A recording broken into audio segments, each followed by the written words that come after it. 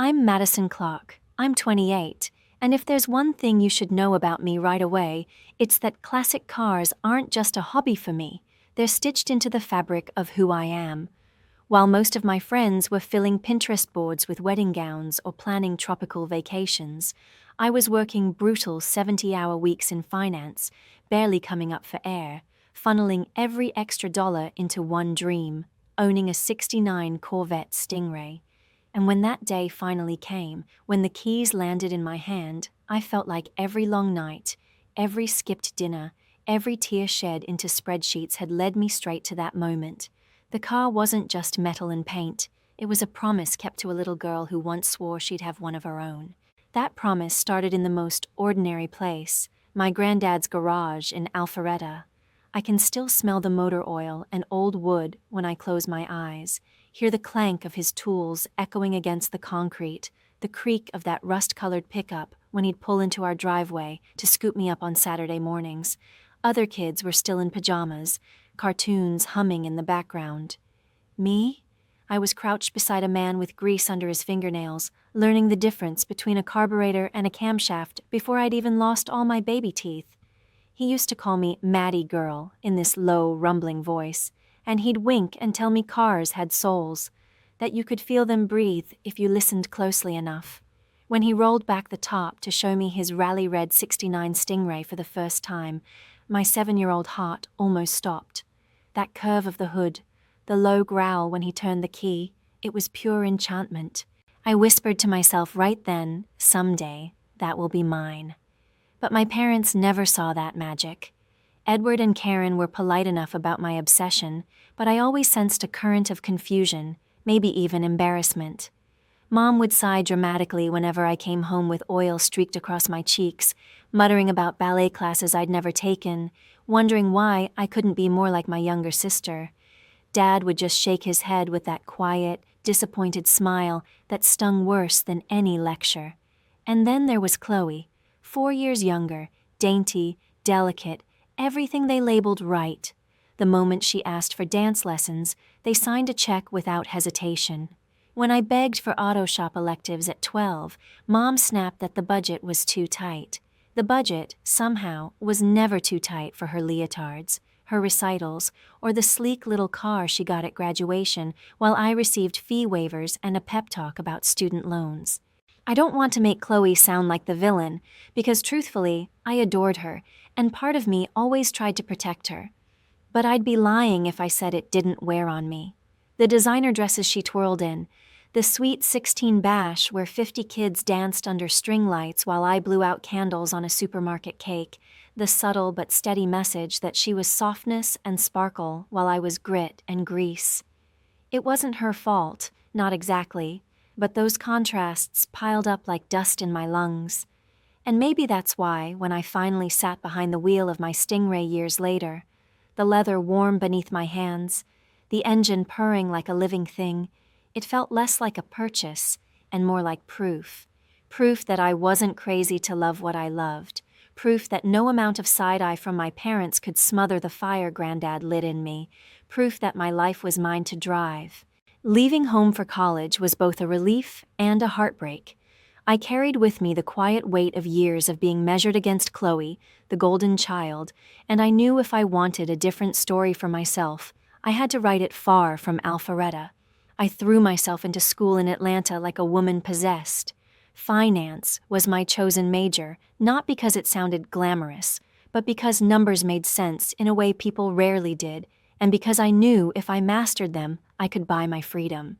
I juggled 3 jobs, tutoring, late-night shifts at a diner, and weekends at a clothing store, barely sleeping, pushing through exhaustion with cheap coffee, and the stubbornness my mom once called unladylike. I carried a 4.0 GPA like a badge of honor, and even when I stumbled home at 2 a.m, feet blistered from standing 12 hours, I felt a strange pride that no one could take away. After graduation, I stepped straight into the fire. A coveted analyst role at a major investment bank in Atlanta wasn't glamorous, it was punishing. The office air always smelled faintly of burnt coffee and printer ink, and the trading floor buzzed with a constant low roar that seeped into my bones. 70-hour weeks weren't unusual. Sometimes I'd stumble out of the building after midnight to find the streets empty except for the hum of neon signs. I split rent with 2 roommates in a cramped apartment where the walls were thin enough to hear every argument, every laugh, every broken heart. I packed lunches in brown bags, wore the same pair of heels until the soles wore through, and told myself every skipped happy hour, every vacation day left unused, was one step closer to something bigger than myself. My colleagues teased me sometimes, sipping cocktails at rooftop bars while I declined yet another invitation. They'd joke that I was hoarding money for a secret mansion or plotting an escape to Bali. I'd just smile and shake my head, guarding my dream close like a secret flame, because I knew exactly where every dollar was going, into a savings account labeled Stingray. For 5 relentless years, I poured my life into that account, watching the numbers climb while my social life shrank. Then, one night, after months of scrolling forums and auction sites until my eyes blurred, there it was, a '69 Corvette Stingray in rally red, identical to my grandfather's, gleaming on the screen like it had been waiting for me. The owner, a collector from Wisconsin, was downsizing, and the price tag read $85,000. The exact sum I had painstakingly set aside, as if fate itself had tallied every late-night shift and every brown bag sandwich. When I finally drove that car home, my hands trembled so badly on the wheel I could hardly grip it. The engine roared beneath me, deep and alive, and I swear for a moment I felt the ghost of my grandfather riding shotgun, his hand steady on the dashboard, that proud smile he used to give me when I figured out a carburetor or tightened a bolt just right. He'd passed 2 years before, but as the wind tangled my hair and the red curves of the car shimmered against the Atlanta skyline, I whispered, "We did it, Grandpa," and hot tears slid down my cheeks. That car wasn't just a vehicle. It was the culmination of every sacrifice, every long night, every time I'd been told I was too different. It was proof that grit could outlast favoritism, and that a promise made by a 7-year-old girl in a dusty garage could still echo a lifetime later. That car wasn't just a set of wheels parked in a garage. It was the living, breathing embodiment of everything I had fought for. Every dollar I saved, every moment I chose grit over ease, every time I stood apart from what my parents wanted me to be, it was all sitting there in that gleaming red Stingray. And maybe the sweetest part of it all was that I finally had someone in my life who understood. Ethan Foster walked into my world at a classic car show in downtown Atlanta, 6 months after I bought the Corvette, and from the first conversation, I felt a spark of recognition. He owned a replica of the very same year Stingray, not the real deal, but close enough to make his eyes light up when we compared notes. Where my family rolled their eyes at my unladylike hobby, Ethan leaned in, listening as if my stories about spark plugs and paint restoration were treasures he'd been waiting to hear. I'll never forget one Saturday afternoon when he stopped by while I had the hood propped open, my arms elbow-deep in grease. Instead of recoiling or teasing me, he crouched beside me, handing me tools like he'd done it 1,000 times before. He never once asked why I'd rather spend an afternoon under a car than at the mall or brunching with friends. He didn't see it as strange that I'd rather polish chrome than shop for heels. He respected it. More than that, he cherished it, because he knew what that car symbolized: a connection to my grandfather, a shield against a world that often made me feel like I didn't fit. For the first time, I wasn't defending my passion, I was sharing it. And for 2 years, that Stingray was our weekend ritual, my pride and joy, babied and stored carefully, driven only on perfect weather days when the Atlanta sun kissed the roads just right. I thought the only dangers to my Corvette would be time, rust, or some careless driver in traffic, never the people who claimed to love me most. Life felt steady until that Tuesday afternoon when the rhythm of my days shifted. My phone buzzed with a message from my boss, Veronica, asking me to step into her office immediately. The words had a weight that made my stomach tighten. I gathered my notepad and walked down that long hallway lined with glass walls, my heels echoing against the marble floors. Every step, my mind raced with possibilities, and none of them were good. Had I miscalculated on the Montgomery account? Was there a layoff coming? I could feel sweat gathering at the base of my neck, the kind that prickles even in an over-air-conditioned building. When I stepped inside, Veronica's face gave away nothing. She was composed, her manicured nails resting against a file, her eyes steady. "Madison," she said, her tone calm but unreadable. "How is your Japanese?" The question knocked the air from my lungs. I blinked, stumbling for words. "Conversational, at best," I admitted, remembering the 3 years I'd taken in college, half for fun, half to challenge myself. She nodded once, decisively, as though she'd been waiting for that answer. "Good enough," she replied. "I need you in Tokyo." In that moment, the floor seemed to tilt under me. The girl who had once eaten peanut butter sandwiches just to save for a car was now being asked to carry her firm's banner across the ocean. I couldn't tell if I was exhilarated or terrified, only that my life was about to accelerate faster than even my Corvette could take me. When Veronica leaned back in her chair and told me Paterson Financial wanted me to lead the Tokyo presentation, I swear the air changed in the room. Paterson wasn't just another client. They were a whale, the kind of account that could change the entire trajectory of a career. Millions of dollars on the table, the kind of exposure people twice my age had been fighting for, and somehow it was me being tapped. My throat tightened with equal parts terror and exhilaration. Senior partners with silver hair and resumes longer than novels were being passed over, and I sat there, 28 years old, hands shaking slightly in my lap, trying not to look like my heart was pounding against my ribs. She said it so matter-of-factly, "You'll leave Friday." 3 weeks. As if she wasn't setting a torch to the safe little world I had built, as if she couldn't hear the rush of adrenaline roaring in my ears. The idea of Tokyo thrilled me, but it also poked at something deeper, something raw. I had never been away from home that long, and as quickly as I imagined myself in sleek conference rooms with city lights glowing outside, my mind skipped straight to my Corvette. It sounds silly to anyone who's never loved a machine, but the thought of her sitting unguarded in the Atlanta heat, vulnerable to the break-ins that had been plaguing my neighborhood, made my stomach clench. That car was my anchor, my proof of everything I'd built. I needed to know she'd be safe, and as much as I distrusted my parents in emotional matters, I trusted their suburb. Alpharetta was quiet, the kind of place where neighbors waved while watering their lawns, and crime felt like something you only saw on the evening news.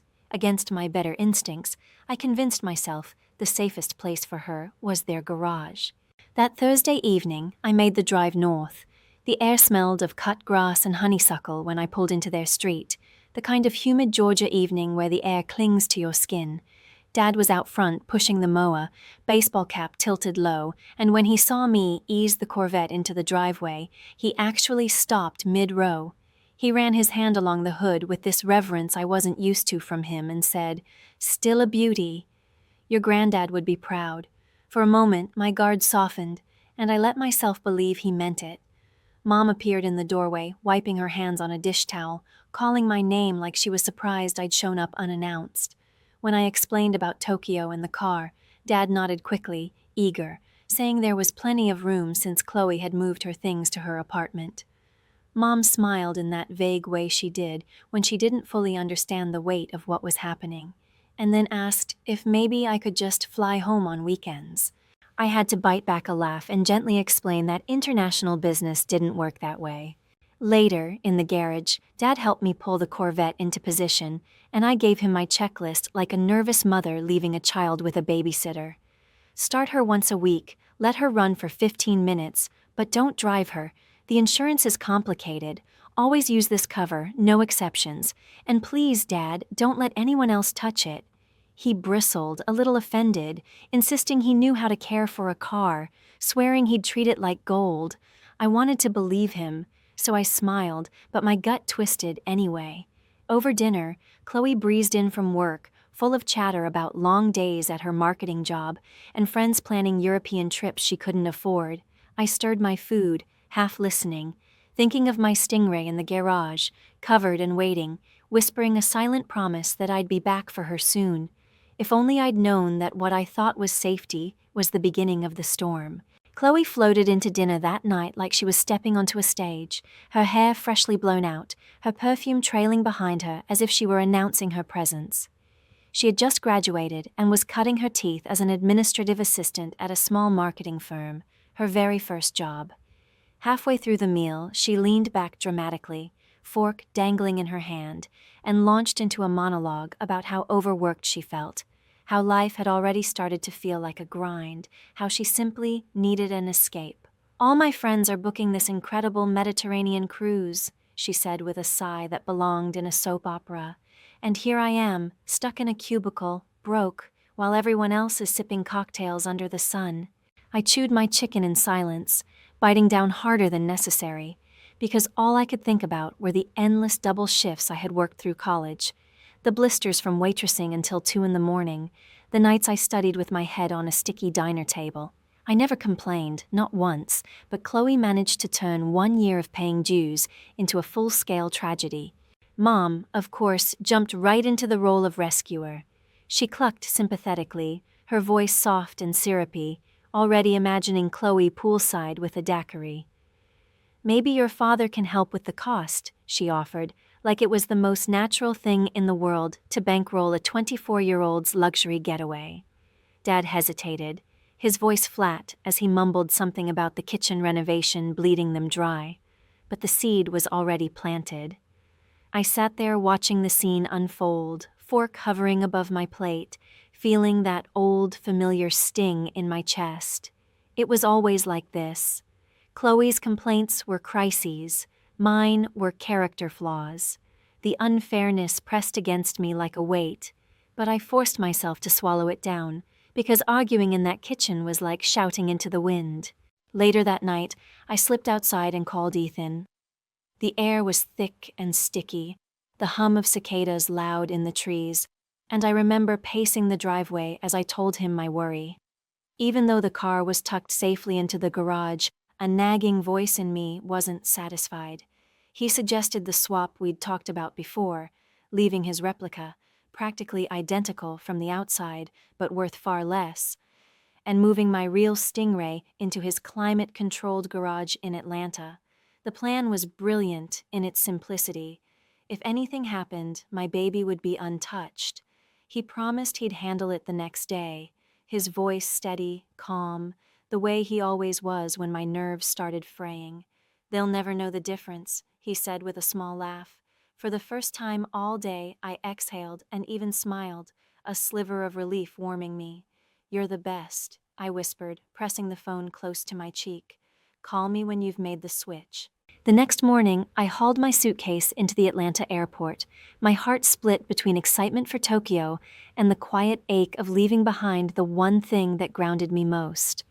As the plane rumbled down the runway, I closed my eyes and told myself my Corvette was in the safest hands possible, protected by love and by strategy. What I didn't know then was that this seemingly foolproof plan, my careful orchestration to protect the thing I valued most, was about to ignite a chain of events that would not only unravel years of family dynamics, but also force me to confront truths I had been avoiding my whole life. For 3 weeks in Tokyo, while I navigated boardrooms and late-night calls across time zones, I checked in with my parents, always reassured with vague answers that everything was fine. I believed them, the way a daughter still wants to believe, and it would cost me more than I could imagine. Those last days in Tokyo were a blur of adrenaline, meetings stacked back to back, the city's neon glow seeping into my dreams. Every time I called home, Dad's voice was steady, assuring me everything was fine, while Mom's texts took on this strange, teasing tone. "We've got a big surprise for you when you get home," she wrote one night, followed by a string of emojis that told me absolutely nothing. I pictured a welcome home dinner, maybe balloons, maybe Chloe pretending she'd baked a cake, I tucked it away in the back of my mind, too focused on the stakes in front of me to read between the lines. Patterson Financial wasn't just impressed. They were dazzled. By the end of the second week, they had signed a $12 million contract. At the closing dinner, Veronica leaned across the white tablecloth, her wine glass catching the light, and murmured, "Vice President has a nice ring to it, doesn't it?" My pulse hammered in my ears. I had climbed from a broke college kid to a title I hadn't even dared to dream, and for once in my life I felt untouchable. The flight home stretched forever, 13 hours of recycled air and stiff muscles, but I didn't mind. My head was full of daydreams, rolling down the highway in my Corvette, windows down, sun glinting off the hood as I told Ethan every detail of Tokyo. I imagined sitting at my parents' dining table, watching their faces soften with pride as I shared my promotion news, maybe even seeing a flicker of respect in Dad's eyes, or something close to understanding in Mom's. I let myself believe for those hours that maybe, just maybe, we were finally turning a corner. My phone buzzed mid-flight with a message from Ethan. "See you when you land. I'll meet you at your parents' to switch cars." My chest loosened. Everything felt perfectly aligned, like the universe was finally letting me breathe. When the plane touched down in Atlanta that Tuesday afternoon, the world outside the window looked impossibly bright, the kind of southern sunlight that makes every detail pop in sharp relief. I was bone-tired but humming with energy, the kind that comes from victory mixed with anticipation. Customs was slow, luggage heavier than I remembered, but I breezed through, texting Ethan, "Just 10 more minutes." I hailed a cab, climbed into the back seat, and pressed my forehead against the glass as the driver pulled away, the familiar sprawl of Georgia suburbs unfolding outside. Every passing mile brought me closer, not just to my Stingray, but to everything I'd been fighting for, the life I could finally claim as mine. The closer we got to Alpharetta, the more my heart quickened. I pictured the garage door rolling open, revealing that perfect red shimmer waiting under its cover. I could almost hear the engine's low growl, feel the leather against my palms. I thought about how I'd take her straight out for a spin, the long stretch of highway along Lake Lanier calling my name. But as the cab turned onto my parents' street, a strange unease prickled across my skin. The driveway came into view, garage wide open, and instead of the familiar outline of my Corvette, I saw only my dad's sedan and Mom's SUV. My smile faltered. Maybe they'd moved it, I told myself. Maybe Dad had wanted to free up space. I paid the driver with shaky hands, dragging my suitcase up the walk, already rehearsing the questions forming in my throat. The cab slowed in front of my parents' house, and my heart fluttered with the anticipation I'd been carrying all the way from Tokyo. But the moment my eyes caught the open garage, the air inside me shifted. Dad's sedan, Mom's SUV, and nothing else. The absence of that red shimmer was so loud it rang in my ears. I told myself maybe Dad had parked it elsewhere. Maybe they'd moved it to make room. I shoved cash into the driver's hand, dragged my suitcase up the walk, every step heavier, my pulse quickening like I already knew the answer I didn't want to face. Mom opened the door before I could even knock, arms outstretched, that bright sing-song, "Welcome home, sweetheart." But her hug felt hollow against the storm, rising in me. My words tumbled out before I could stop them. "Mom, where is my car?" Her smile faltered, and for a split second her eyes betrayed something sharp, defensiveness, maybe guilt. She ushered me inside with practiced ease, as though steering me away from the driveway would erase the hole in it. Dad was in his recliner, newspaper propped on his knee, but the way he looked up at me told me everything. His smile was forced, stiff, a mask that didn't reach his eyes. I didn't waste time. "Dad, where is my Corvette?" My voice cracked as I said it, and the knot in my stomach cinched tighter. He cleared his throat, glanced at Mom, who suddenly found herself busy arranging cookies like a woman hosting a neighbor instead of welcoming her daughter home. His voice came out strained, high-pitched, too careful. "Well, honey, something came up while you were gone." Something inside me snapped. What does that mean? Where is my car? My mother turned to face me then, chin lifted in that familiar way I'd seen since childhood, the posture she used whenever she was about to justify the unjustifiable. "Chloe needed some help," she said flatly, as though that explained everything. "It was a once-in-a-lifetime opportunity." My mind stalled, the words not connecting, until she pulled out her phone with an almost triumphant flick and held the screen up. There was Chloe, grinning from the deck of a cruise ship in the Mediterranean, cocktail raised, sunglasses gleaming, not a care in the world. My throat went dry, the room spun. The pieces locked together with brutal clarity. "You sold my car." The words left me in a whisper, hollow and jagged, as if speaking them made the nightmare real. Dad leaned forward, his palms raised in that placating way that always made me feel like a child being managed. "Madison, try to understand. Chloe was having such a rough time at work. All her friends were going on this cruise. She would have been left out. It would have been devastating for her." My disbelief erupted, louder this time, my voice shaking the walls. "So you sold my car?" Mom's lips tightened into a sneer as she cut in. "You can always buy another. You make good money. Chloe needed this opportunity. She needed to network, make connections for her career." My hands trembled so violently I gripped the edge of the counter just to stay steady. "That car was in my name," I spat, my voice cracking. "You had no right, no legal right." Dad's eyes darted away, his voice shrinking. "Well, technically, we told the buyer you'd authorized us to handle the transaction." The betrayal sat heavy in the room, and for the first time in years, I saw my parents not as guardians, but as strangers who had stolen a piece of my soul. My pulse was hammering so hard I could feel it in my temples, each beat like a drum echoing inside my skull. The walls seemed to tilt, the edges of the room blurring as I tried to absorb the magnitude of what they'd done. My voice cracked when I finally spoke.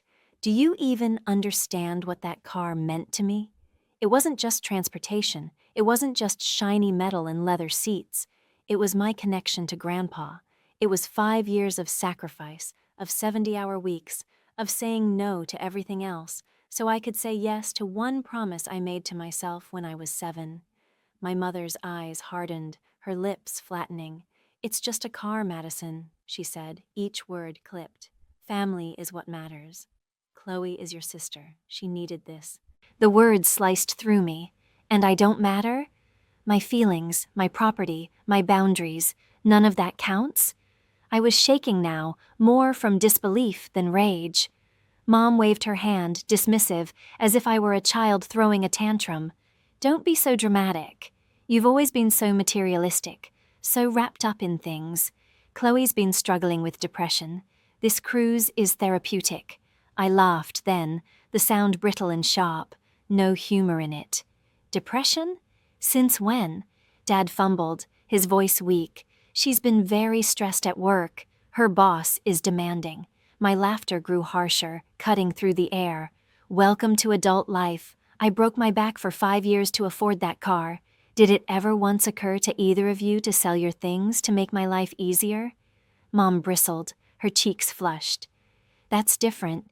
You've always been strong. Chloe, she's sensitive. She needs more support." The double standard was so naked it stole my breath. I stood there trembling, rage and sorrow colliding inside me, and then a thought sliced through the chaos. "How much?" My voice was low, dangerous. "How much did you sell it for?" They exchanged nervous glances, Dad finally coughing up the number like it burned his tongue. 50,000. My gasp felt like a physical wound. 50, my voice cracked into disbelief. That car was worth 85. Did you even bother to research it before pawning off the most valuable thing I own? Dad looked away, muttering, "The buyer said it was fair. We needed to move quickly before you came home." The betrayal of that sentence landed harder than anything else. They had rushed it, knowing exactly what they were doing, trying to trap me with a fait accompli. My stomach dropped into a pit so deep I thought I'd never crawl out. "Who?" I demanded, my voice ragged. "Who did you sell it to?" Mom waved her hand vaguely, as if it didn't matter. "Some collector from Indiana. I don't remember his name. And then, as though the universe itself wanted to twist the knife, my phone buzzed in my pocket. I pulled it out, hands shaking, and saw Ethan's message, just pulled up. "Where's the Stingray?" For a moment I couldn't breathe, and then something clicked in my brain, a memory I'd shoved aside in the shock of all this. My lips parted, and before I could stop myself, I started to laugh. Quietly at first, then louder, the sound spilling out in jagged waves. My parents stared at me, confusion etched across their faces, while inside me the realization unfurled. What they had sold wasn't mine at all. And suddenly, the betrayal, as monstrous as it still was, took on an entirely new shape. The laugh that burst out of me didn't sound like joy. It rattled out of my chest like a pressure valve finally hissing open. Mom's face twisted into annoyance, like my reaction was an insult to Chloe's glamorous vacation. "What on earth is so funny about your sister's happiness?" she snapped. I steadied myself, inhaled slow and deep, and when I spoke, my words came out cool and cutting. "You know what's funny, Mom? You stole and sold a car that wasn't even mine." Dad frowned, confused lines etching deeper into his forehead. "What are you talking about?" "We watched you drive it here." I held up a hand, silencing them, and stepped outside. There was Ethan standing in the driveway, brows knitted, trying to piece together why my text had sounded frantic. I whispered a few words, enough to make his jaw tighten, and brought him inside. He crossed his arms, his eyes hard, while my parents looked from him to me like the walls were closing in. "Mom, Dad, you remember Ethan, right?" My voice was steady, almost calm, which only seemed to make them more uneasy. Mom waved impatiently, clearly irritated. Yes, of course. Madison, what do you mean it wasn't your car?" I almost smiled, a strange serenity flooding me as I dropped the truth. "The car you sold wasn't my 1969 Corvette. It was Ethan's replica, their faces drained of color, the cookies Mom had fussed over sitting untouched on the counter between us." I explained how, the day after I left for Tokyo, Ethan had swapped the cars as we'd planned. His replica was practically indistinguishable to anyone who didn't know what to look for, but the difference in value was massive, $30,000 versus $85,000. "So you see," I finished, my voice sharper than glass, "you didn't sell my car at all. Mine has been sitting safely in Ethan's climate-controlled garage this entire time. What you sold was his car, without his knowledge, without his consent." Dad sputtered, still clinging to some hope of justification. "But it looked exactly like yours." Ethan's voice finally cut through the room, firm and uncompromising. "That was the point. Replicas are supposed to fool the untrained eye. Mine was built in 2004 to look like a '69 Stingray. Madison's is the real deal, worth nearly 3 times as much." Mom sank into a chair, her hands trembling as the horror of it sank in. "Oh my God, what have we done?" she whispered. My response was cold and flat, a blade pressed to the truth. "You've committed fraud. You sold property that didn't belong to you, forged signatures, lied to a buyer. You crossed from betrayal into crime." Dad's face went ashen, the newspaper slipping from his lap. We could go to jail," he stammered. "Yes," Ethan said, his tone like iron. "You could. Auto theft over 20 grand is a felony. Add wire fraud if you got paid electronically, and you're looking at 15 years. That broke Mom. She collapsed into loud, heaving sobs, the kind she'd always used like weapons when she wanted sympathy, when she wanted me to fold. But not this time. I stood rooted, my arms crossed, the steel in my spine holding me up where compassion used to live. Her wails rattled the walls, but I didn't budge. "How were we supposed to know it wasn't yours?" she shrieked, mascara smudging down her cheeks. "You tricked us." I leaned forward, my voice low and certain. "I didn't trick you." I protected myself. I trusted Ethan to guard what mattered most to me because, deep down, I knew my own family couldn't be trusted, and you proved me right. The silence that followed was heavy, broken only by Mom's sobs, the weight of their betrayal filling every corner of the room. For the first time in my life, I wasn't the one trembling. They were. Dad's voice broke as he pleaded, his hands trembling, his face lined deeper than I'd ever seen it. "You have to help us fix this. We can't go to jail." The words sounded like desperation, but also like a man hoping his daughter would once again clean up a mess she didn't make. Ethan's reply cut clean through the air. "Ignorance isn't a defense, and neither is family loyalty. You stole a car that wasn't yours. That's theft, plain and simple." His voice was steady, unforgiving, and it made my parents flinch. My phone buzzed then, the sound vibrating against my palm like a warning. An unknown number lit the screen. I hesitated, then answered. "Is this Madison Clark?" a male voice asked, cool and businesslike. My stomach dropped. "Yes. Who's calling?" "This is Philip Bennett. I purchased a 1969 Corvette Stingray from your parents on your behalf. There's a problem with the title transfer." The room froze. My parents' eyes widened, their fear raw, naked, almost childlike. For a moment, I wanted to let the truth spill out right there, to tell Philip everything, the lies, the fraud, the theft. But then I heard Grandpa's voice in my head, steady and calm, reminding me that sometimes the right move isn't the fastest one. I drew in a breath. "Mr. Bennett," I said carefully, "there has been a misunderstanding. Let me call you back within the hour once I sort through a few details with my parents." He agreed, and I hung up, turning slowly toward Mom and Dad. Their faces looked drained of all color, streaked with fear and tears. "That was your buyer," I said flatly. "He can't transfer the title because the car was never mine. It was Ethan's, so now we have a decision to make." Mom broke first. Mascara streaked down her cheeks, her sobs loud and unconvincing. "Please, Maddie, please help us. We never meant to hurt anyone." My laugh was sharp and hollow. "Except me. You were fine hurting me." Dad's voice, weak and trembling, chimed in. "We thought you'd understand. Family helps family." My eyes narrowed, my voice dipped into something colder than I'd ever heard from myself. "Is that right? Family helps family? Then it's time you help Ethan, because he's the one you stole from." The way their gaze shifted toward him, the way fear bled into their eyes, was almost satisfying. For once they couldn't twist this into my responsibility. Their fate wasn't just in my hands anymore. It was in his. Dad's voice cracked when he finally asked Ethan directly, "What do you want us to do?" Ethan crossed his arms, his stance unshakable. "First, I want to know exactly who has my car and how much they paid you. Then we'll figure out how to make this right." As they stumbled to gather paperwork and half-remembered details, I slipped outside with him. We stood in the driveway, the humid Georgia air heavy around us, the absence of my Stingray pressing down like a phantom. Ethan shook his head slowly, his voice low. "I can't believe they did this. Your own parents." I wrapped my arms around myself, staring at the empty space where my car should have gleamed. "Neither can I," I whispered. But somehow, deep down, I think I always knew they would. "Believe it," I told Ethan grimly as we stood there in the humid Georgia air. "They've always favored Chloe.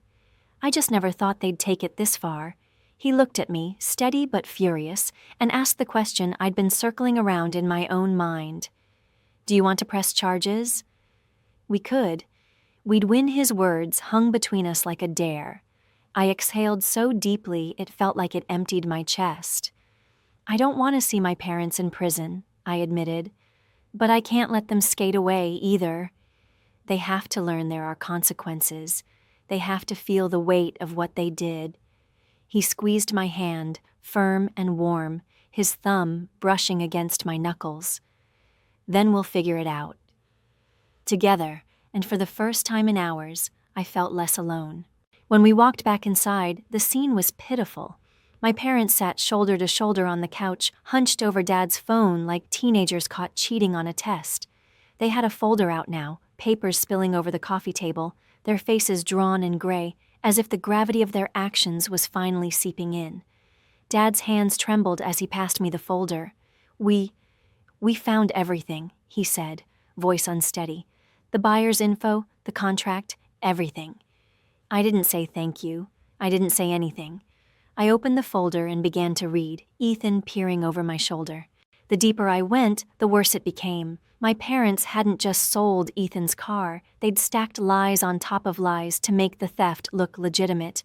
My name was scrawled across half a dozen documents, my signature forged in a clumsy imitation. There was a bill of sale with the VIN typed incorrectly, numbers transposed like they'd been copied in a hurry. Ethan let out a low whistle. "This is a complete mess. These documents don't even match the car's actual identification. This isn't just theft, it's fraud, forgery, multiple counts. If this went to court, no lawyer in the world could untangle it for them." Mom's sobs broke the heavy silence, ragged and theatrical. "We don't know anything about cars or VIN numbers," she cried. "We just wanted to help Chloe." Her hands flailed helplessly, as though ignorance could erase the ink on those papers. I stared at her, a bitter taste rising in my mouth. "You forged my name. You created false documents. You sold property that wasn't yours. Don't stand there pretending this was about helping anyone but yourselves." My voice wavered, but it didn't break. For once, the power dynamic was flipped. They weren't the parents holding judgment over me. They were two guilty people waiting to hear if their own daughter would turn them in. And God help me, a part of me savored that shift. "Well, congratulations," I said, my voice colder than I'd ever heard it. "You've managed to commit multiple felonies, sell a car you didn't even own, and maybe destroy your relationship with your daughter. All so Chloe could sip cocktails on a cruise she didn't earn and couldn't afford." The words hung in the air like a sentence already passed. Dad's shoulders sagged, his eyes darting to the floor as he whispered, "What are you going to do?" For once, the power wasn't theirs. It was mine. I looked at Ethan, then back at them. "We're going to call Mr. Bennett, and you're going to tell him exactly what you did."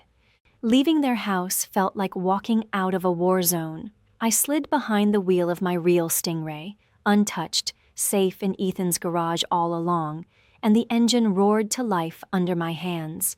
That sound, usually a balm, felt hollow now, its low purr unable to quiet the storm in my head. As I drove toward Ethan's apartment, the Georgia sun dipped low, casting long shadows across the freeway. My mind spun in circles. Fraud, forged documents, felony charges, words that felt foreign and jagged on my tongue, especially tied to the people who had raised me. The Corvette carried me like it always had, but for the first time, the ride brought no joy. Ethan followed close behind in his sedan, and when we both pulled into his driveway, I felt the tension crackle between us like static. Inside his apartment, everything smelled faintly of leather and coffee, the quiet hum of the air conditioner battling the late summer heat. We dropped into his living room, and for a long moment neither of us spoke. The silence pressed against my chest until I finally said it aloud. "This is bigger than I thought. It's not just betrayal, it's criminal. My parents have crossed a line they can't walk back from." Hearing the words made them more real, heavier somehow. Ethan leaned forward, his elbows on his knees, eyes locked on mine. "So, what do you want to do? Because this isn't just about your family anymore. It's about me, too. They stole my car, my name, my money, my liability." I nodded slowly, the truth sinking deeper. He was right. This wasn't just a family drama to be swept under the rug. It was a legal nightmare, a moral crossroads, and a test of how much I was willing to let my parents pay for what they'd done. I wrapped my arms around myself, staring at the floor. "I don't know yet," I admitted softly. "But whatever we do, they're not walking away untouched." Not this time. I kept pacing across Ethan's hardwood floor, the boards creaking under my restless steps. The words spilled out of me for the 10th time, maybe the 100th. "I still can't believe they did this." My voice sounded hoarse, ragged, as though speaking it over and over might somehow make it less impossible. But it didn't. Every time I said it, the reality pressed harder against my chest. My parents, the people who taught me to ride a bike, who took me to church on Sundays, who told me to study hard so I'd have a future, had stolen. From me. Not just my property, but my trust, my history, the one thing that still tied me to my grandfather. and the image of Chloe laughing somewhere in the Mediterranean, a drink in her hand, not knowing or not caring what had been sacrificed for her fun, made bile rise in my throat. Ethan sat steady on the couch, his elbows on his knees, his eyes tracking me with a mix of concern and quiet fury. He wasn't the kind of man to raise his voice, but the set of his jaw told me everything. When he finally spoke, it was low and certain. "People who think they're entitled to whatever they want, Maddie. That's who does something like this. Your parents don't respect boundaries, not yours, not mine, not anyone's." His words landed like stones in my stomach because I knew he was right. It wasn't just about a car. It was about a lifetime of blurred lines, of me being told to be the strong one while Chloe was shielded from every consequence. This wasn't new. It was just louder now, undeniable. I stopped pacing and leaned against the wall, folding my arms across my chest as though bracing myself. The sting of betrayal felt sharper because a small, hidden part of me had always suspected it might come to this. That one day, their favoritism wouldn't just leave me with hand-me-downs or missed opportunities, but would cross into something irreversible. "They crossed a line," I whispered, the words thick in my throat. "And they don't even see it. They think family loyalty is enough to erase a felony." Ethan's eyes softened, but he didn't contradict me. He just reached for my hand, grounding me. His palm was warm, steady, while mine trembled. For the first time in my life, I wasn't just the daughter trying to win approval or the sister swallowing resentment. I was the wronged party, the one with the power to decide what came next. That terrified me almost as much as it steadied me. I pressed my fingers against my temples, trying to calm the pounding there, and exhaled. They need to face consequences, real ones.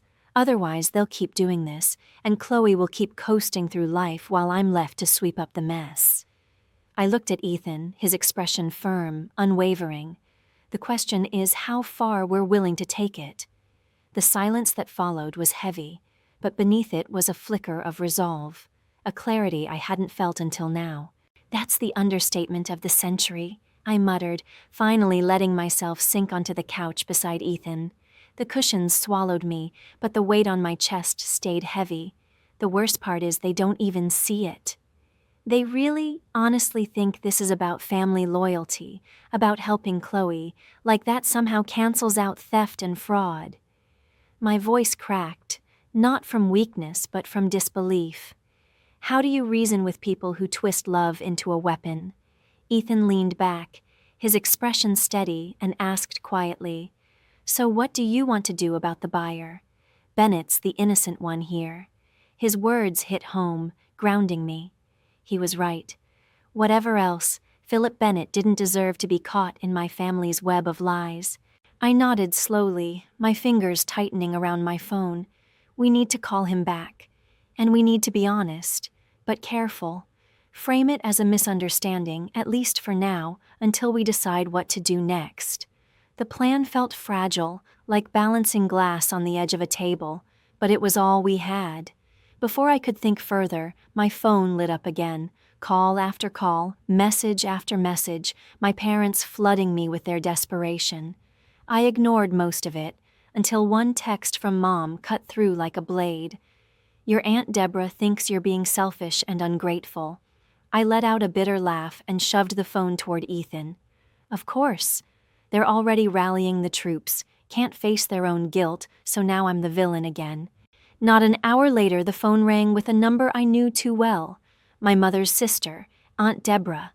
I almost didn't answer, but some reflex from childhood made me swipe. Her voice hit me before I could even say hello, sharp and scolding. "Madison Lee," she snapped, dragging out my middle name the way she always did when she wanted to remind me I was still a child in her eyes. "What is this nonsense I'm hearing about you threatening to send your parents to prison over a car after everything they've sacrificed for you?" The gall of it made my vision blur. I sat there, phone pressed to my ear, Ethan watching me closely, the anger rising like heat under my skin. I closed my eyes, taking a long breath, steadying myself before I answered. Because if there was one thing I knew, it was that Aunt Deborah didn't want to hear the truth. She wanted me to fold, to keep the peace, to carry the blame like I always had.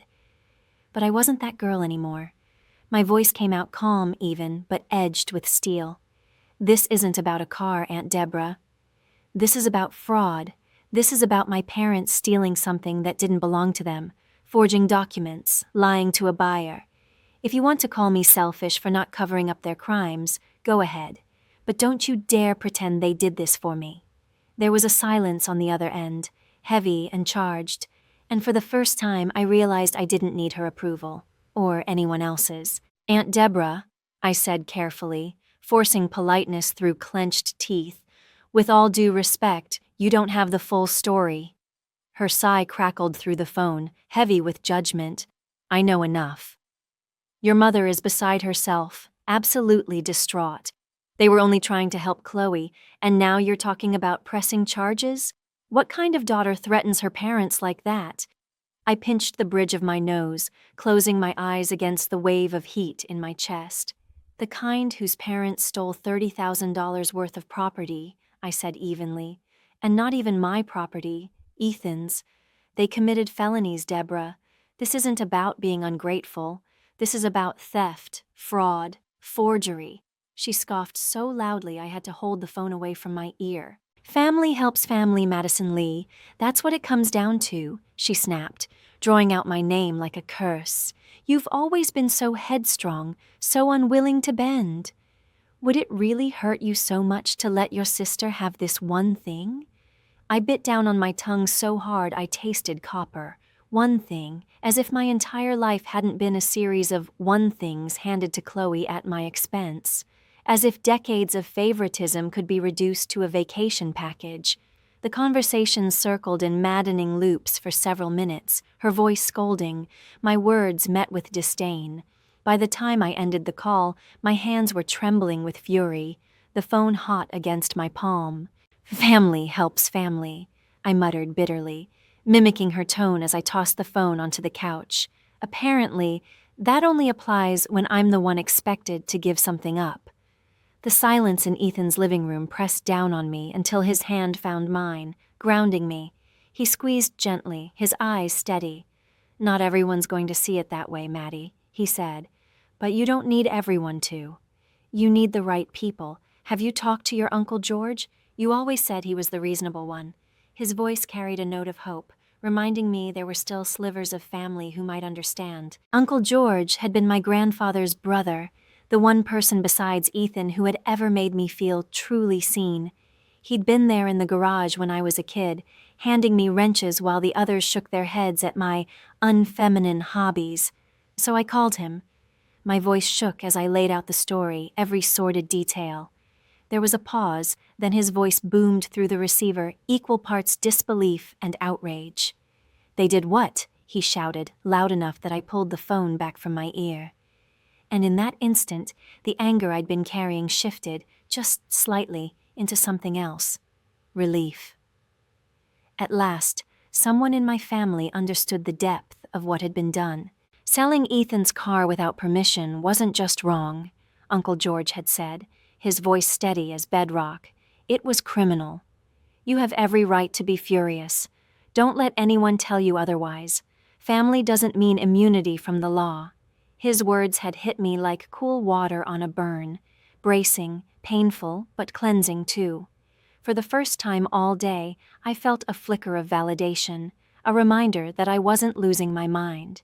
He even mentioned Grandpa, saying how appalled he would be to see his son and daughter-in-law reducing integrity to nothing more than a bargaining chip. That call carried me through the rest of the evening, though the exhaustion was bone-deep. Ethan ordered Thai takeout, and we sat cross-legged on his couch eating pad see-ew straight from the cartons, the lemongrass scent filling the room while the weight of the day pressed down on my shoulders. Between bites, Ethan studied me carefully. "Can I ask you something?" he said. I nodded, bracing. "If they had actually sold your real Stingray, the one tied to your grandfather, what would you have done?" I froze, chopsticks hovering midair, then set them down. The answer rose from my gut without hesitation. I'd have pressed charges immediately. No questions asked. That car is irreplaceable. It's more than metal. It's my connection to Grandpa, the proof of every sacrifice I made.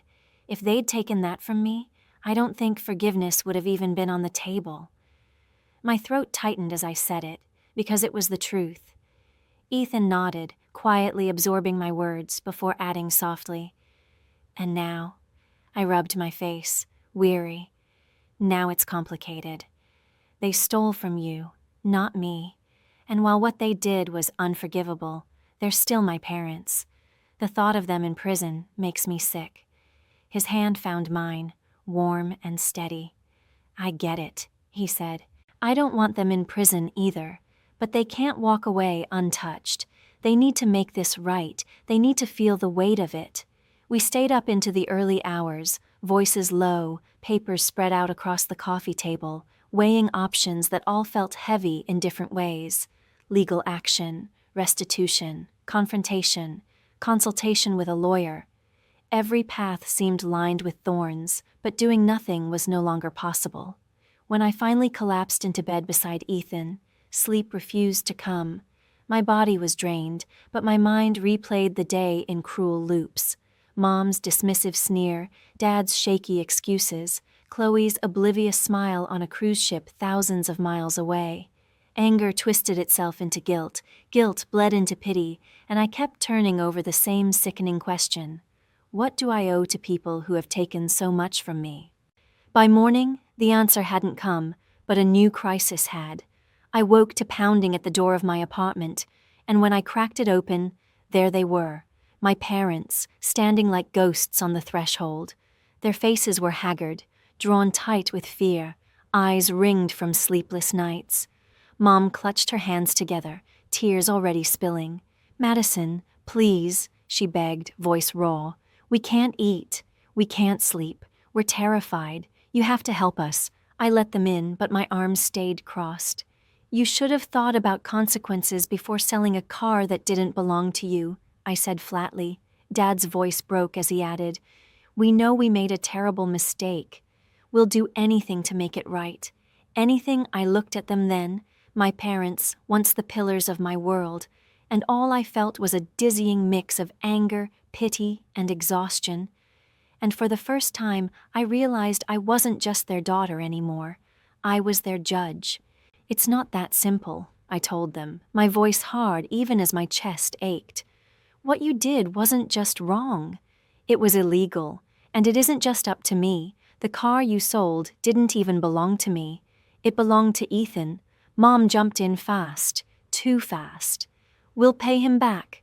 Every penny I crossed my arms, studying them, wondering if they even believed their own words.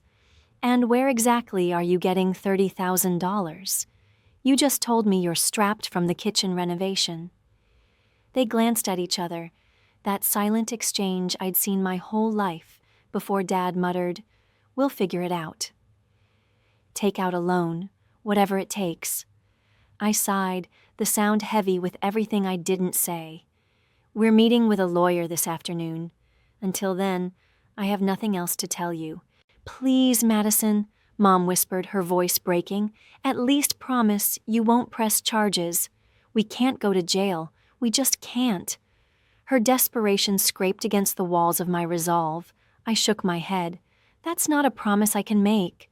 The words came out firmer than I expected, and for once, she didn't argue. I opened the door and gestured toward it, my tone final. "You need to leave. I'll call after we've spoken to the lawyer." When the door clicked shut behind them, I leaned back against it, the weight of exhaustion pressing down on me, though it was barely mid-morning. I knew one thing for certain. No matter what path we chose, my relationship with my parents would never be what it had been. That door had closed the moment they signed someone else's name on a forged bill of sale. By 2:00, Ethan and I were sitting in a sleek downtown office with tall windows overlooking the city, the air humming faintly with the white noise of traffic below. Alicia Ramirez, a friend I'd met at a corporate charity gala 2 years earlier, was flipping through the notes she'd just taken. She was sharp, composed, her dark eyes scanning the paper before she looked up at us. "Let me make sure I have this right. Your parents sold Ethan's car without his consent, forged your signature on multiple documents, included a falsified bill of sale with an incorrect VIN, and then used the money to pay for your sister's vacation. Correct? My throat tightened as I nodded. That's exactly what happened. Alicia leaned back in her chair, her expression grim. I won't sugarcoat this. What they did constitutes grand theft auto and wire fraud at minimum. Each charge carries up to 15 years in prison. Given their age and no prior record, a judge might lean lighter. But prison is absolutely on the table. Ethan and I locked eyes, our unspoken fear passing between us.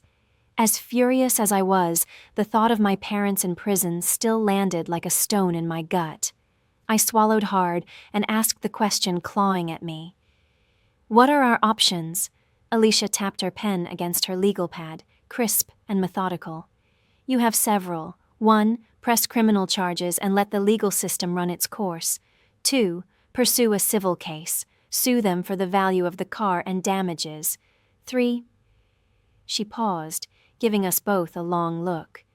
Negotiate privately, with leverage. Make them repay the debt and sign legally binding agreements to prevent them from ever pulling something like this again. Her words hung heavy in the room.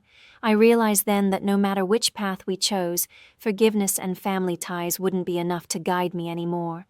From here on, it was about justice. Alicia's words sat heavy in the air, crisp and unforgiving. Or 3, she said, you can try to resolve this privately, outside the legal system. That would mean drafting a binding agreement where your parents repay the money and commit to whatever terms you decide. It won't erase their criminal liability, but without a formal complaint, the authorities are unlikely to pursue it. Ethan leaned forward, his jaw tight. And the buyer? I asked, my voice small. Philip Bennett didn't do anything wrong. He handed over 50 grand for a car that wasn't theirs to sell. Alicia nodded slowly. That complicates things. The cleanest solution is unwinding the deal, returning his money, reclaiming the car. But that means your parents need $50,000 immediately. A home equity loan maybe. Whatever it takes. The longer this drags on, the more likely he discovers the fraud himself and calls the authorities. And if that happens, all bets are off. By the time we left her office, the sky was bruised with late afternoon clouds, the kind that press low and heavy, mirroring the weight in my chest. Ethan and I walked side by side in silence until we reached our cars. We start with Bennett, he said firmly, face to face. This isn't something you do over the phone. I nodded, grateful for his clarity, because mine was slipping. We called Bennett from the parking garage, my hands trembling as I held the phone, and arranged to meet him halfway the next day at a coffee shop outside Indianapolis. One step forward, I told myself, one step closer to resolution. But another storm was brewing. My phone buzzed again and again with cruise ship numbers I didn't recognize, until finally I realized Chloe was the only one left to confront. Tracking her down felt surreal, like chasing a ghost who'd been posting Instagram stories of sunsets and cocktails while my world burned. After 3 failed attempts, I finally got her on the satellite phone. Music thumped in the background, glasses clinking, laughter spilling through the line. Maddie? Why are you calling? Is something wrong? Her tone was impatient, distracted. I pressed the phone tighter to my ear. Yes, Chloe. Something is very wrong. Mom and Dad sold a car to pay for your vacation. A car that wasn't theirs to sell. The noise faded for a second, then she laughed, like I'd told her a bad joke. Oh, is that all? I thought someone was sick or something. Look, I know you're upset about your precious car, but you can buy another. You've got money. You'll be fine. Her words sliced through me like glass. Precious car. As if 5 years of sacrifice was a toy, as if Grandpa's memory could be replaced with a swipe of my credit card. My blood roared in my ears. It wasn't my car, I said, each word clipped and sharp. It was Ethan's. They stole from him. What they did was fraud. They forged signatures. They lied. They took $50,000 they had no right to touch. They could go to prison, Chloe. Do you understand me? Prison. The laughter in her background seemed to fall away as silence stretched. When she finally spoke again, her voice was smaller, thinner. Prison? Don't be ridiculous. They were just trying to help me. I closed my eyes, my throat tight, by committing felonies, by destroying trust. This isn't about help. This is about crime. For the first time, she didn't have a snappy comeback, only a shaky question. So, what are you saying? I'm saying you need to come home, Chloe. Now, your little Mediterranean adventure is over. My tone was flat, final, the way it gets when I've already decided for someone. She gasped, then sputtered, but the cruise doesn't end for another week. I closed my eyes, clenching my jaw. Then get off at the next port and buy a ticket home. This is not optional. You need to be here, in person, helping to clean up the disaster you helped create. She bristled. I didn't create any mess. I didn't tell them to sell a car. My laugh came out sharp and humorless. Didn't you? Mom said.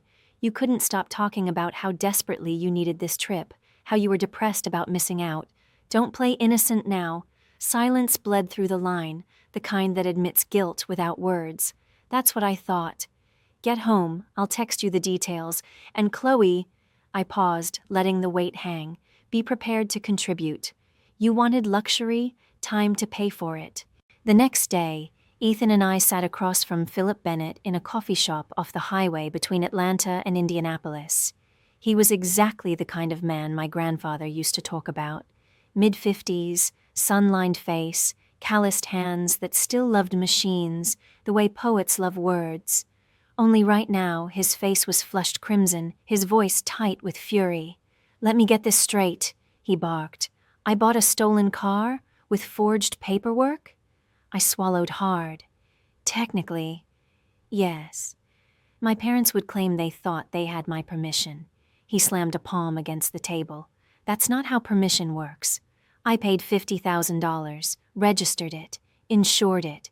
You've dumped me in the middle of a legal nightmare. Ethan leaned in, calm but firm, his voice carrying the weight. Mine couldn't. We understand, mister. Bennett. And we want to make this right.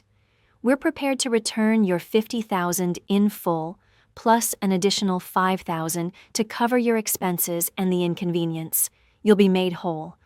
Philip's jaw worked, anger still etched across his face, but the offer dulled the edges. And the car? He pressed. I straightened in my chair. It has to be returned. It legally belongs to Ethan.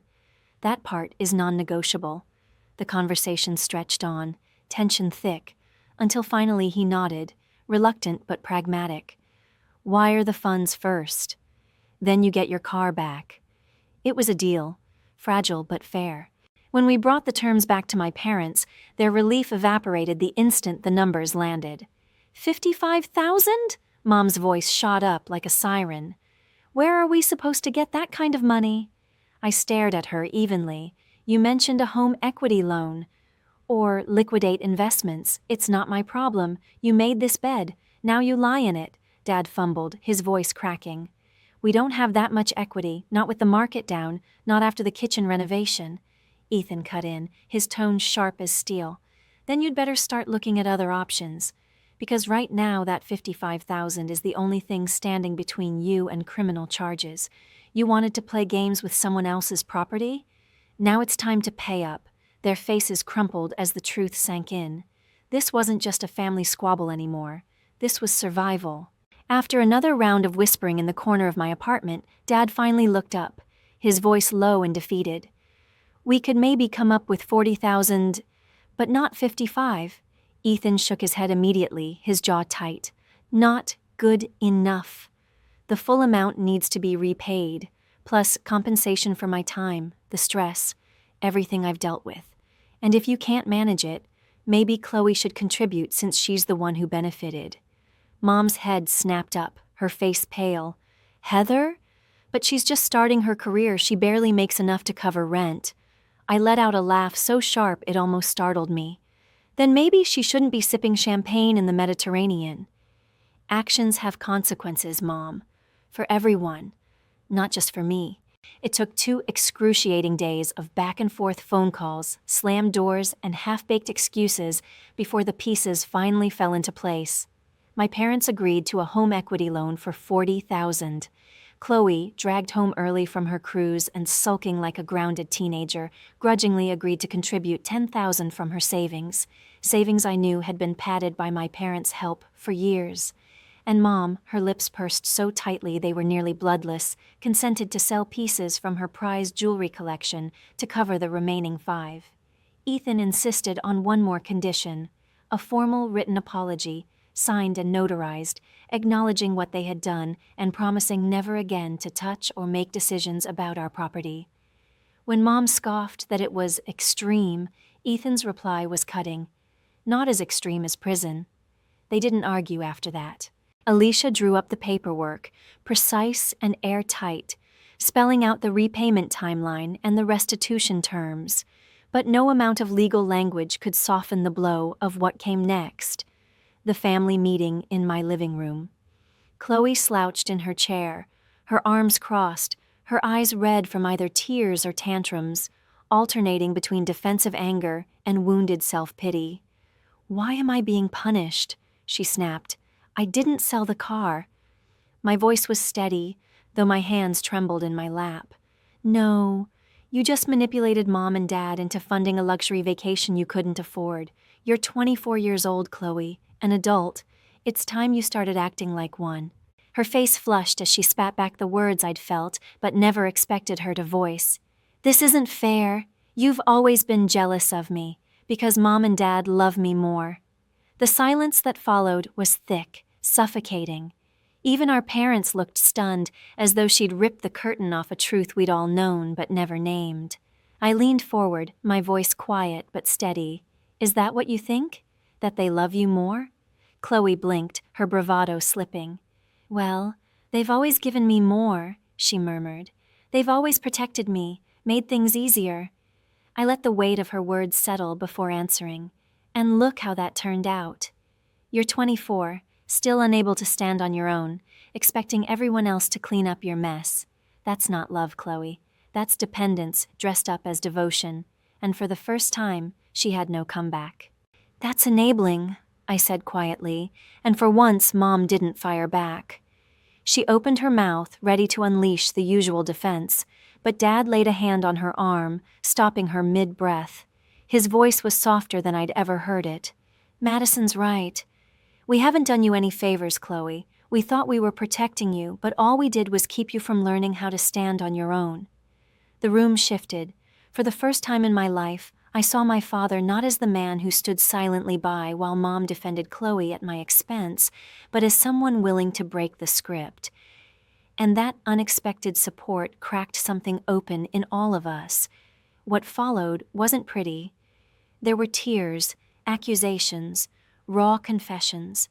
But slowly, painfully, it felt like a wound that had been festering for decades was finally being cleaned. The week that followed was a blur of restitution. My parents signed the papers for the home equity loan, their pride shrinking under the fluorescent lights of the bank. Chloe, lips pressed tight in resentment, transferred $10,000 from her savings, finally forced to give up something real. Mom walked into a consignment shop with her jewelry box, emerging hours later with bare fingers and eyes that looked hollow. And Ethan and I coordinated with Philip Bennett, arranging the return of his money and the retrieval of the car. The day of the apology meeting felt like stepping into a courtroom. My parents sat across from Ethan, their bodies stiff, their words catching in their throats. Mom couldn't say it. She tried, but the apology wouldn't come. Finally, Dad spoke. "We're truly sorry, Ethan. What we did was wrong, illegal, disrespectful. We betrayed your trust and Madison's. We have no excuse." The silence that followed was thick enough to choke on. Ethan accepted with grace, nodding quietly, though I could see in his eyes that forgiveness would take time. But the legal boxes were checked. The notarized agreement was signed, the money wired back to Bennett, the replica Corvette returned without a scratch. As we left the lawyer's office, Ethan driving his car behind me, I reached across the console for his hand. "Thank you," I whispered, my voice breaking, "for standing by me through this nightmare." His thumb traced circles against my skin, his answer simple: "That's what partners do." We face it together. I glanced into the rearview mirror, catching a glimpse of the red Stingray, safe, whole, untouchable again, and for the first time in weeks, I exhaled without pain. A month later, I found myself back at my parents' dining table, the same table where I had endured countless nights of silent comparisons and swallowed resentments. The air was different now, cautious, careful, a fragile truce stitched together by obligation and the faint hope of repair. Dad placed a platter of grilled chicken in the center, his hands roughened from weekend construction jobs he had taken to help with the loan repayments. Mom followed with a bowl of salad, her nails plain, her diamond rings gone, her pride trimmed down like the jewelry she had sold. We ate quietly, not the loud, performative dinners of the past, but something humbler, stripped bare. And though the tension lingered, so did the possibility that maybe, just maybe, the destruction had cleared space for something more honest to grow. Chloe texted, "She's running 10 minutes late," Mom announced, glancing down at her phone. Something about traffic from downtown. My sister had just started a new job 2 weeks earlier at a small advertising agency. The pay was lower than her last position, but she kept saying the opportunities for advancement made it worthwhile, and to her credit, she hadn't complained once about the long hours or the steep learning curve, which was a minor miracle in itself. Ethan sat beside me at the dining table, invited by my parents as part of their ongoing attempt at reconciliation. He'd been hesitant to accept, but I told him it mattered. They need to see us as a unit, I had said. They need to understand that hurting you means hurting me. Dinner began stiff, the conversation looping around safe topics, like weather patterns and which neighbors had put their house up for sale. But as the plates emptied and the tension loosened, something gentler began to surface. Dad cleared his throat as he reached for seconds. "I spoke with George yesterday," he said casually. "He's thinking of selling his old pickup. Says he's too tired to keep it running." My fork paused halfway to my mouth. "That truck's been in the family forever," I murmured. Dad nodded. Then, almost sheepishly, he added, "I thought maybe I'd buy it from him. Fix it up. I know it's not a Corvette, but I wondered if maybe you'd help me restore it. Teach me what you know." For a moment, the room went still. My father, the man who once shook his head at grease under my fingernails, was asking me to share the thing I'd always loved, on my terms.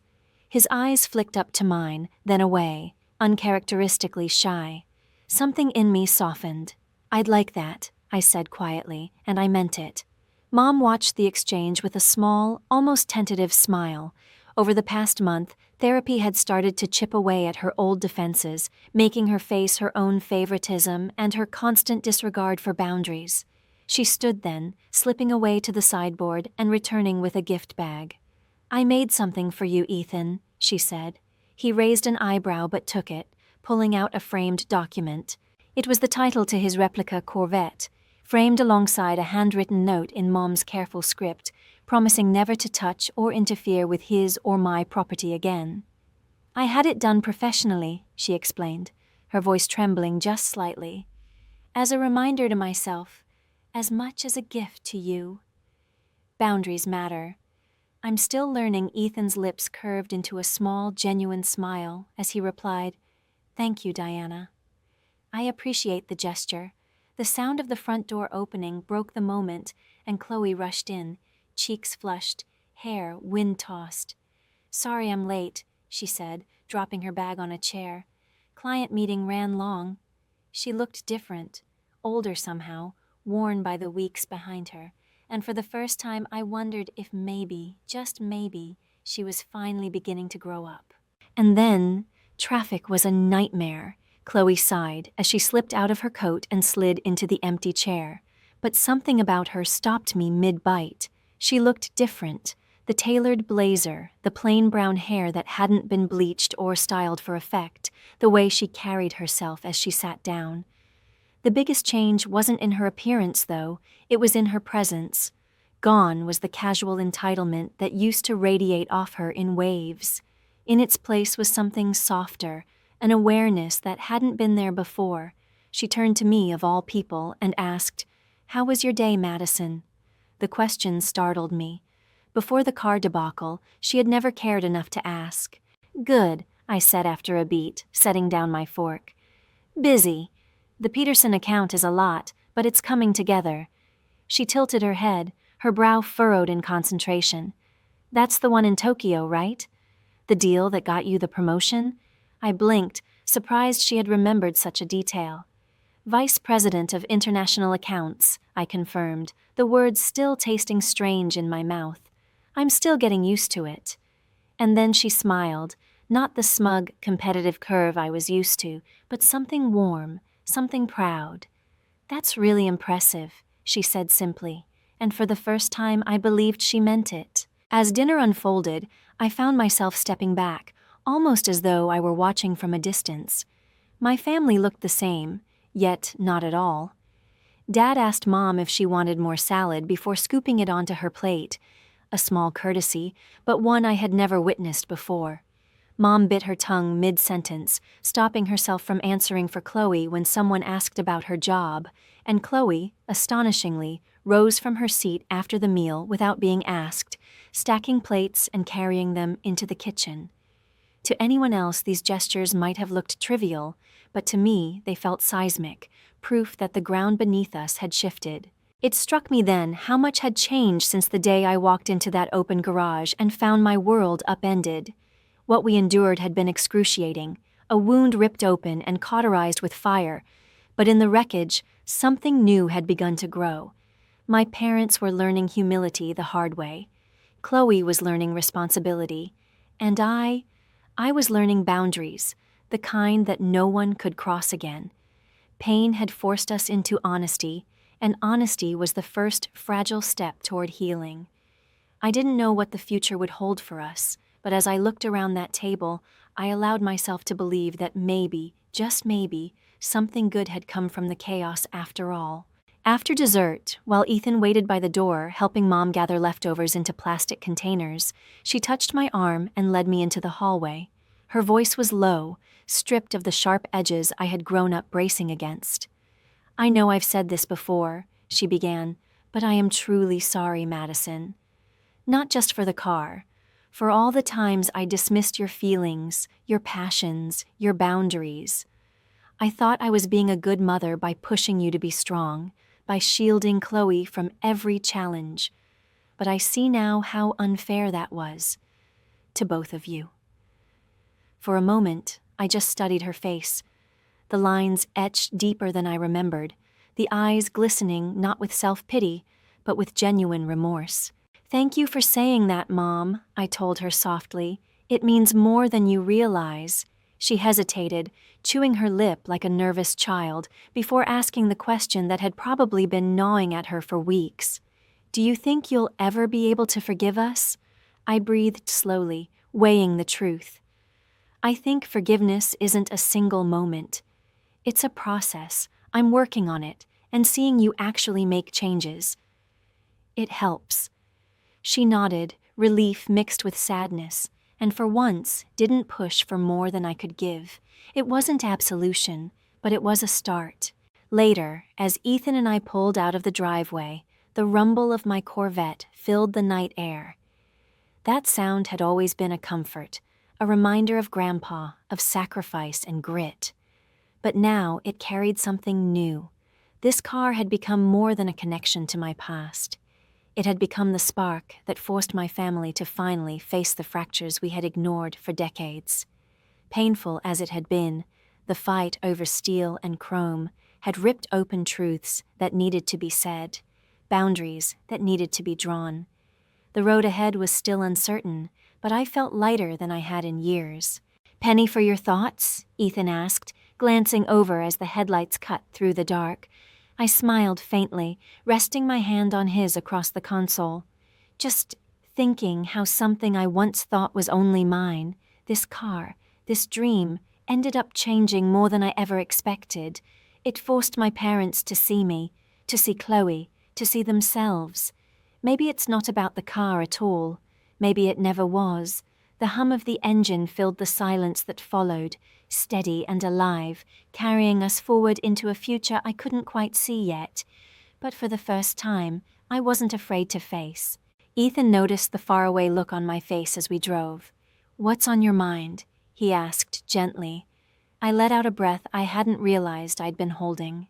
I was just thinking how sometimes the things we value most end up being the hardest tests of character, I said slowly. This car revealed truths about my family that were brutal to face, but maybe they needed to come out into the open. He studied me in silence for a moment before asking, "Do you regret any of it? The way we handled things?" I shook my head firmly. No, it would have been easier to let them off the hook, to avoid the conflict, but that would have just repeated the same unhealthy cycle. They needed real consequences, and I needed to stand my ground. He reached across the console, his hand steady on mine. "I think you struck the balance," he said. "You held them accountable without cutting them off completely. That takes strength." His words sank deep into me, quiet but solid. I squeezed his hand, the gratitude rising sharp in my chest. "Strength, yes," I admitted, "but also support. I couldn't have done this without you."